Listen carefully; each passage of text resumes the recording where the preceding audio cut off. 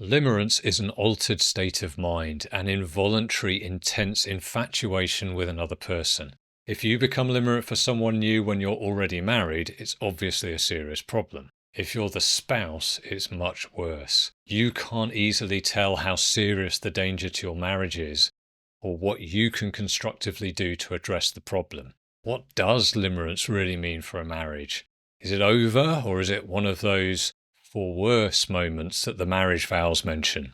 In this video, I break down how to make sense of limerence in marriage and how to make decisions about what can be done. When should you fight for your marriage and when should you fight for your sanity? Hi, my name is Tom Bellamy. I'm a neuroscientist and a writer, and I blog all about limerence at livingwithlimerence.com. I am also the author of the book Smitten, which explains what limerence is, how neuroscience can help us make sense of it, and how to recover from it. Let's talk about the impact of limerence on marriage. Limerence is an existential threat to marriage under the worst conditions, and a serious hardship even in the best managed cases. Now, an important aspect of the damage is that there's a big asymmetry between the spouses. The limerent experiences a slow build of escalating affection for their limerent object, the person outside the marriage that they've become infatuated with. And over that time, they'll be experiencing emotional highs, conflicted motivations, uncertainty, and usually moral confusion and guilt. Their state of mind is altered by the neurochemical storm of limerence, and their behavior can be as irrational and erratic as any other addict's. For the spouse, none of this is directly visible. Now, they may have noticed some changes in their limerent partner's personality and conduct, but they aren't privy to their internal world or for how long they've been wrestling with this emotional conflict. It's not until the limerence bomb explodes in some way, usually either by disclosure or accidental discovery, that they realize that they're in the middle of a crisis. And they've uncovered a threat that jeopardizes their security and throws their past and their present and their future into disarray.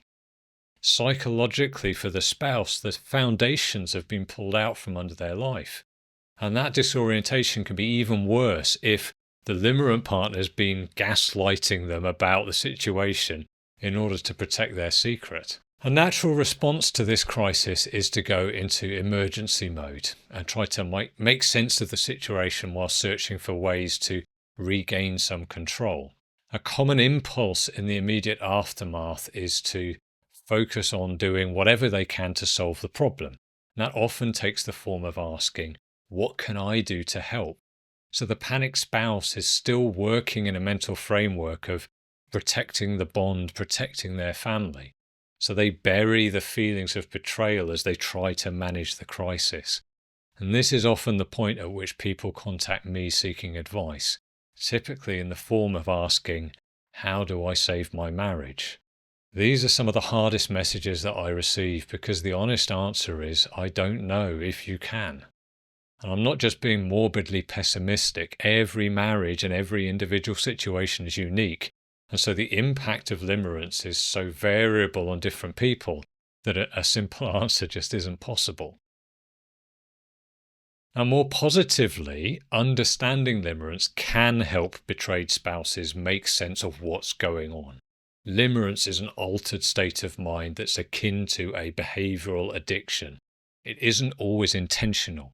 Often, limerents don't realize that by following their instincts, they're reinforcing the infatuation and causing it to deepen.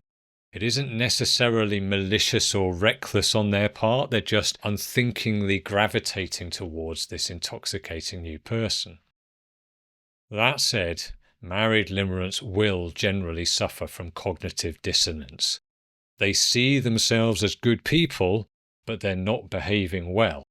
And they can love their spouse and family, but they're still overwhelmed with desire for someone else. They can't realistically deny the strength of the emotions, and they know that consciously it isn't ethical to indulge them. How they manage that conflict, that cognitive dissonance, has a big impact on the prospects for repairing the marriage bond. Unfortunately, many limerents don't resolve their cognitive dissonance by realizing that they are not as good a person or a partner as they believed, that they were more open to temptation than they realized. Instead, they often deflect blame to protect their ego, and that involves devaluing the marriage in their mind, rewriting history, making excuses to justify their behavior. Now, none of this does justify the betrayal, of course, or the self-centered behavior of besotted limerents, but it does help explain why they're doing what they're doing. They're behaving like an addict. Now, that knowledge is helpful, but it has limits when it comes to healing emotional pain if you're the betrayed spouse. That panic sense of loss will still be pushing you to do something, regardless of how well you understand the causes of the problem. The usual impulse is to help, to save, to sideline your own needs until the emergency is dealt with. I think this impulse is well illustrated by a recent comment on the blog from Giovanni. I have done a deep dive to learn how to work through this with my wife the best that I can. I want to be able to show empathy, compassion, and support while I am currently dying a little each day. In the midst of disaster, his first instinct is personal sacrifice. And that's noble. The impulse to love your spouse regardless of their flaws is good. For better or worse means something important, but there are also obviously limits. Perhaps the most difficult question raised by this scenario is the effort worth it? You can't sacrifice your way through adultery, neglect, bullying, denigration, abuse. No one should have to live in such misery. Self-sacrifice to the point of self-negation is not noble or good. You're just prolonging the pain through a slow defeat. And those extremes are perhaps easy to spot, at least if you're on the outside, probably not so easy when you're in the thick of it. But what about that big grey area of imperfections and normal human frailty in between?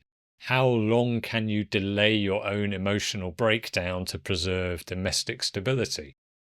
How can you make good decisions about the marriage when one of you is panicking and the other is limerence-addled? Again, there's no universal answer, but to stick to practicalities, there are some objective measures that can be used to assess the likelihood that the marriage can recover from the impact of limerence. There are some causes for optimism or pessimism about the prospects for renewal. So these can act as benchmarks for spouses trying to find sources of hope or guidance for how much longer they should keep trying against the odds. Causes for optimism. So there are some behaviours from the limerent spouse that can give cause for hope of recovery. For example, they answer your questions honestly. They express contrition for the pain that they've caused. They seem genuinely conflicted, that are wrestling with contradictory emotions rather than just feeling guilty about having been caught. They listen when you express your feelings. They seem confused about their own feelings. They've not confessed their feelings to their limerent object. They state that they want to save the marriage.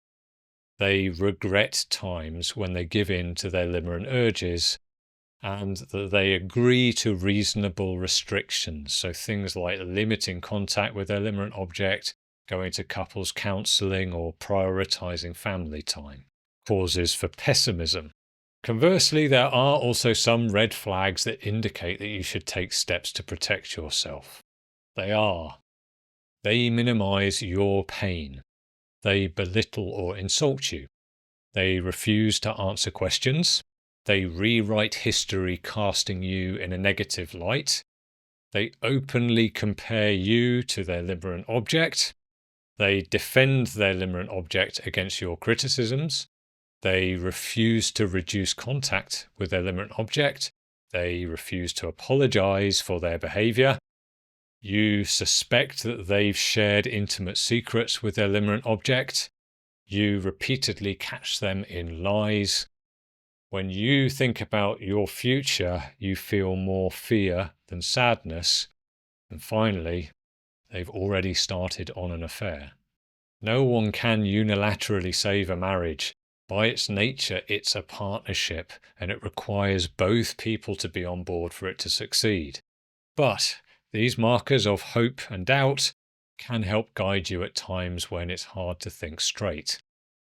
If there are more causes for optimism than pessimism, then it is worth the attempt to persevere in your efforts to salvage the marriage. You're not wasting your energy on a fool's errand. It may not succeed, but at least you will have had the comfort of knowing that you gave it your best shot. If, in contrast, there are more causes for pessimism than optimism, then it's probably time to focus on yourself.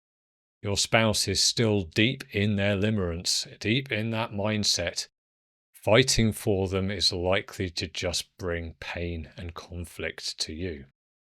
It's probably wiser to spend your time and your energy on preparing for independence and building your own purposeful future. Now, if you are suffering through this situation, I hope those guidelines can help you find a path forwards. If you'd like to know more about the idea that limerence is an addiction, check out this video next, in which I explain the symptoms and the neuroscience behind it. That's it for now. Thanks for watching. Subscribe if you'd like more, and I'll see you next time.